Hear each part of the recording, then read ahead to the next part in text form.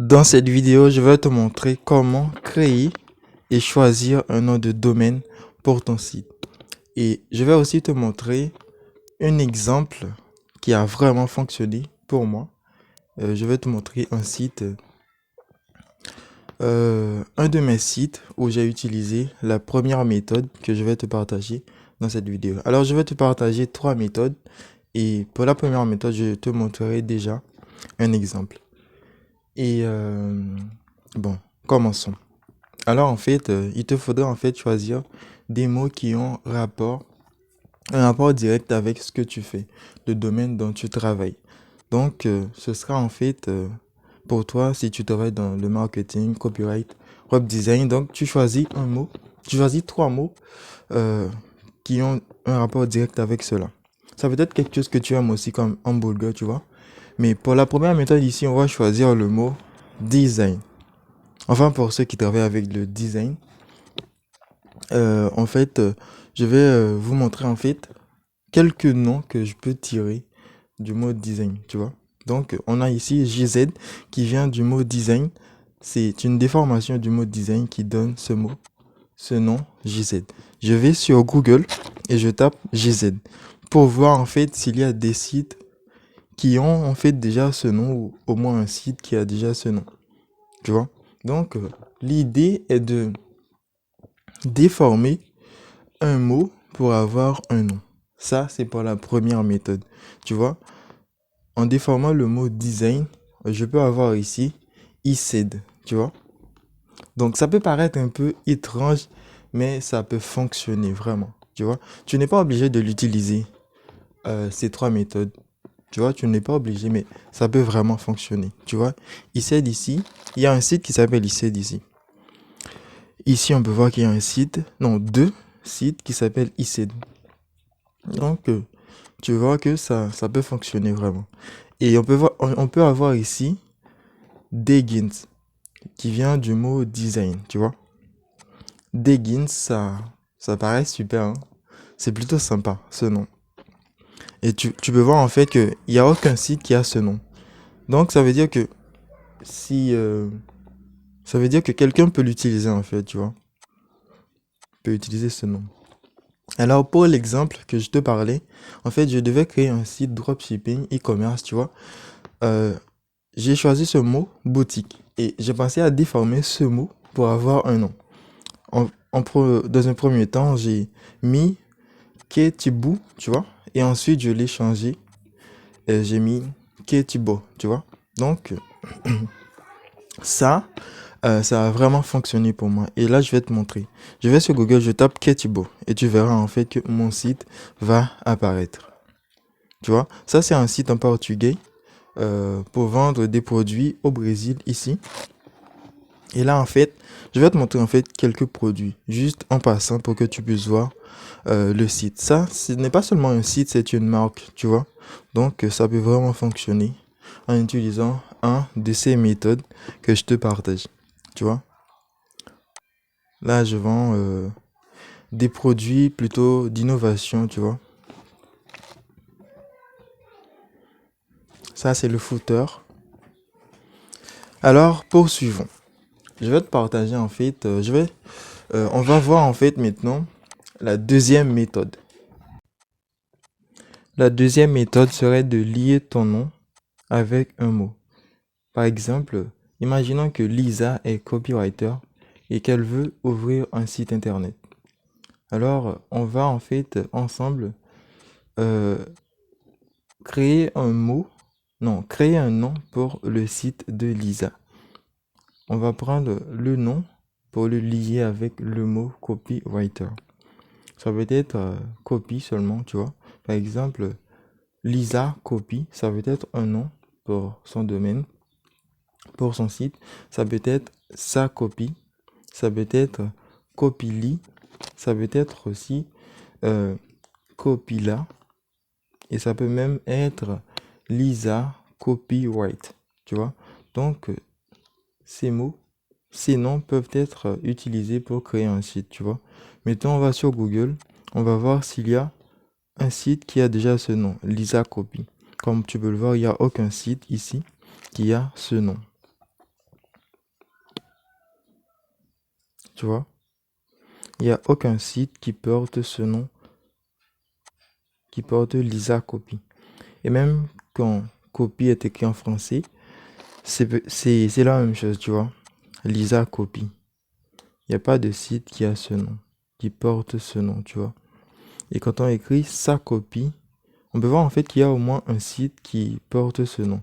Donc on ne peut pas l'utiliser puisque ça pourrait en fait ne pas aider à la référencement, tu vois. Et ici, il n'y en a pas. Et là, on va mettre le prochain nom qui serait Copily.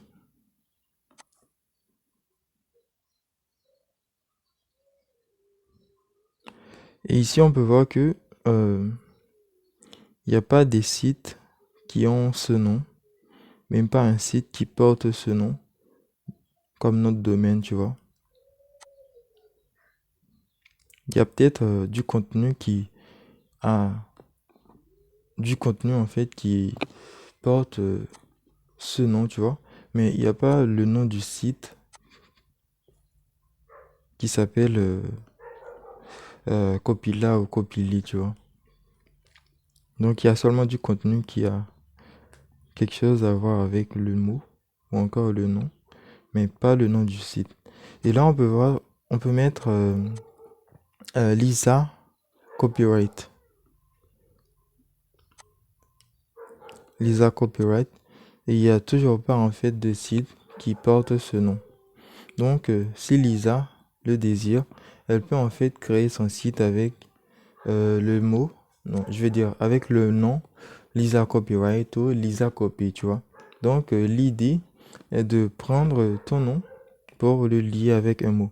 Et ici, tu peux voir en fait que c'est un bon exemple. Ici, all site, ça c'est mon nom, je veux dire.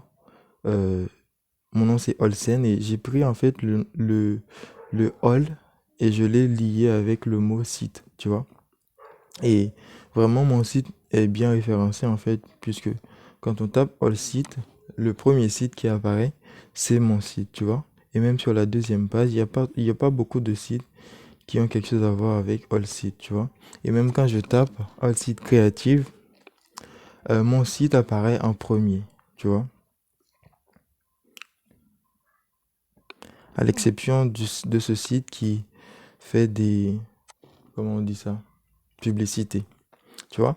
Et ici, en fait, je vais te montrer, je vais t'en parler un peu de la troisième méthode. La troisième méthode serait de choisir des mots que tu vas utiliser un peu comme des mots cachés ou encore des mots croisés, tu vois. Donc, tu les mets comme ça et tu essaies de trouver un nom en utilisant des lettres, tu vois, pour créer un nom. Et là, je vais te montrer Teki. Là, je peux tirer le mot, le nom Teki de ces deux mots-là, tu vois. Teki, qui est un peu à l'envers, mais qui peut peut-être servir. Donc, comme je l'ai dit, ça peut peut-être t'aider à choisir le nom de ton site. Ça peut ne pas t'aider aussi, mais au moins, tu as une idée en fait de comment ça fonctionne et que ça peut vraiment servir, tu vois. On peut avoir même le mot topic qui viendrait, euh, qu'on peut tirer de copyright, tu vois. On peut avoir le mot pitok, tu vois. Une fois tu as, que tu aies choisi tes noms, tu vois, tu viens sur Google, tu fais une recherche pour voir s'il y a des sites qui ont déjà ce nom. Et même mon nom, en fait, et même pour mon nom, je peux, je peux tirer en fait un nom de mon nom, tu vois.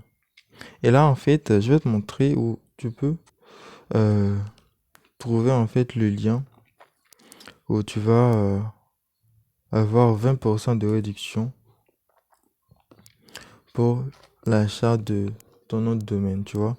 Tu vas en description de cette vidéo et tu choisis en fait, tu tapes sur le lien Hostinger où tu auras en fait 20% de réduction sur n'importe quel de ces plans que tu vois à l'écran, les plans Hostinger, tu vois.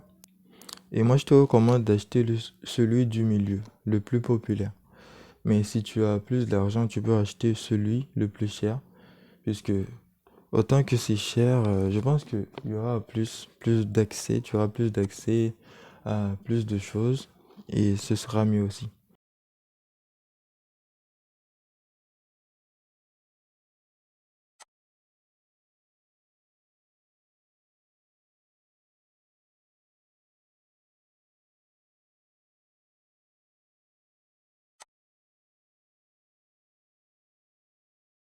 Donc, je te recommande de prendre 12 mois et tu choisis un moyen de paiement et tu reçois 20% de réduction sur ton plan. Tu remplis tes coordonnées, tes données de paiement et tu continues. Et ensuite, en fait, ce que tu verras, en fait, une fois que tu as fait le paiement, tu verras en fait un espace où tu vas choisir ton domaine principal, le nom de domaine principal, tu vois. Et ensuite, une fois que tout est prêt, tu te retrouveras sur ce tableau de bord euh, de Hostinger qu'on appelle hpanel, tu vois, hpanel.hostinger.com.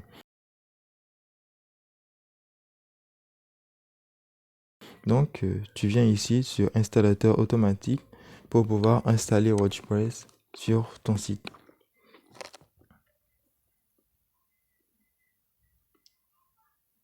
Tu vois, tu sélectionnes, sélectionner. Et là, ce que tu fais, tu mets le nom de ton site tout en haut. Tu choisis un nom d'utilisateur et un mot de passe. Et tu viens ici, tu choisis HTTPS. Même quand ton, ton certificat DSSL n'est pas encore actif, tu peux le choisir. Et si ça ne marche pas, tu le fais après. Tu choisis ton nom de domaine et tu cliques sur continuer. Et comme ça, tu vas te retrouver sur un petit tableau de bord. Je vais te montrer.